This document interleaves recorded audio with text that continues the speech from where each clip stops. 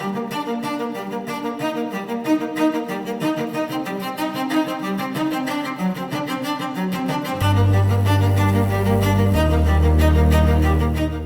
we're taking a look at Platinum's brand new special edition ink, Chou Kuro.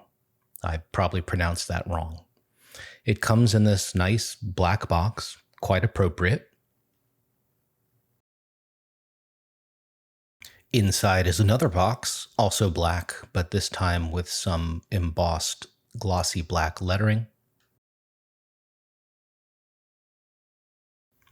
The first thing in the box is some cleaning water. I don't really understand why they included this, but maybe the instructions will tell me. Got the instructions, a very nice platinum converter, an eyedropper, and the ink itself.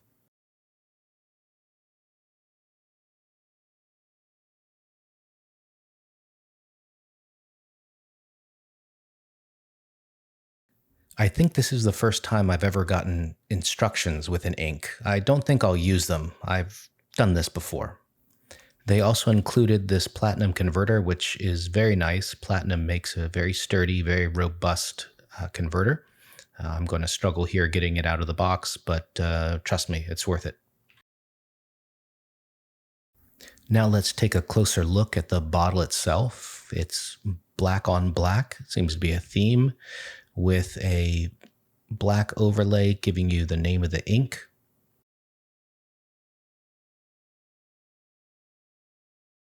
And then inside, we've got the nice little cup so that when the time comes, you can get every last drop of the ink out of the bottle without having to go all the way to the bottom. But enough talk and looking at the bottle. Let's go ahead and start what y'all came for and get to swatching. Today I'm going to be using this Tomo River paper. It's the 52 gram, the kind of thin stuff. This is old stock, not the new stock. But I can't just show you the new ink, otherwise you would just be like, yep, that's a black ink. So I'm going to compare it to some others, including Platinum Carbon Black, which to date was the blackest ink. Then Take Sume by Pilot, Noodler's X Feather, and Waterman Black. I'm also going to compare against some common roller pens and other pens that you may have available.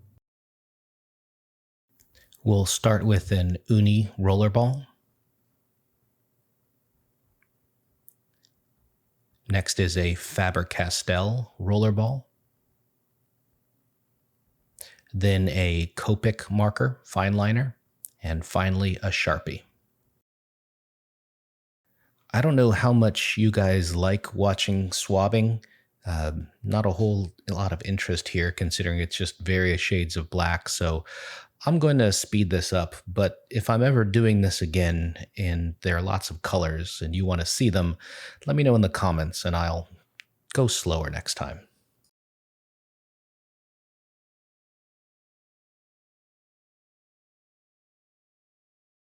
While we wait for these to dry, I thought I'd show you how I make my swatches so that it's easy for me to compare my inks at a later date.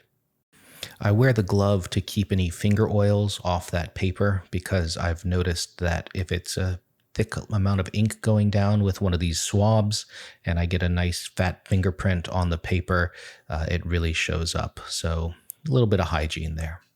My swatches have two main parts. The first is a big laydown of color using a Q-tip, and the second part, equally important, is some calligraphy that has the pin manufacturer and the pin name. Using it this way, I actually get a lot of information about the ink coming through with a pin and a flexible pin that I don't get just by looking at the swab. Things like how the ink, if it has shimmer, how the shimmer collects, things like how wet it is, how it flows, if it's sort of blobby, all that comes across when I'm making the swab, or swatch rather. And this ink comes out very smooth, but pretty wet. It seems to have a very nice flow. I'll have to wait until I get some time with it in a pen to tell you a whole lot more.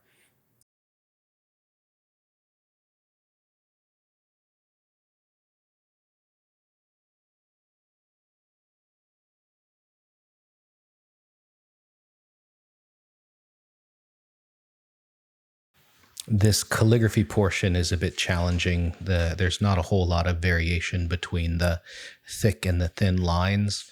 That lets me know that this is definitely going to be a wet ink.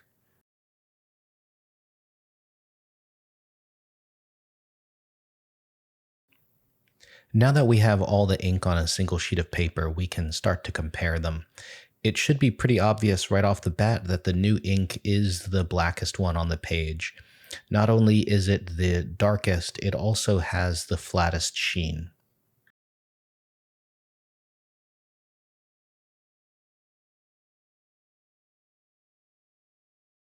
But in order to more closely compare them, I'm going to put them on individual pieces by slicing everything up with this paper cutter. And the main comparison is Chou Kuro to Carbon Black, and you can see immediately the difference. Uh, Carbon Black is normally what I would consider a very black ink, but this makes it look more like a charcoal or just a dark gray. It's the same story with Takesume. Again, a black ink, something I would normally consider a fairly dark black, but just gray in comparison. The Copic marker actually fares fairly well here. It's just as flat, I would say, as the new ink, but not quite as black.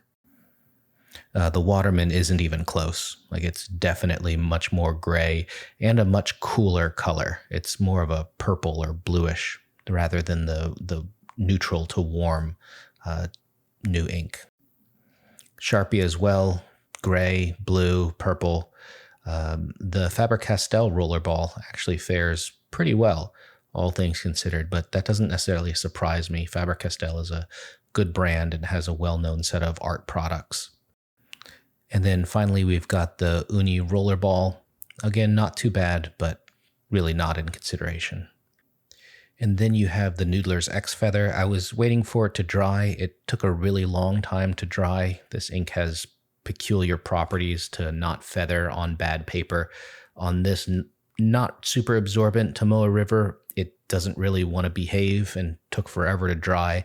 It's a fairly black ink, but also the new ink is still darker. So they said it was a very black ink, the blackest they've made, and they weren't kidding. It is extremely dark.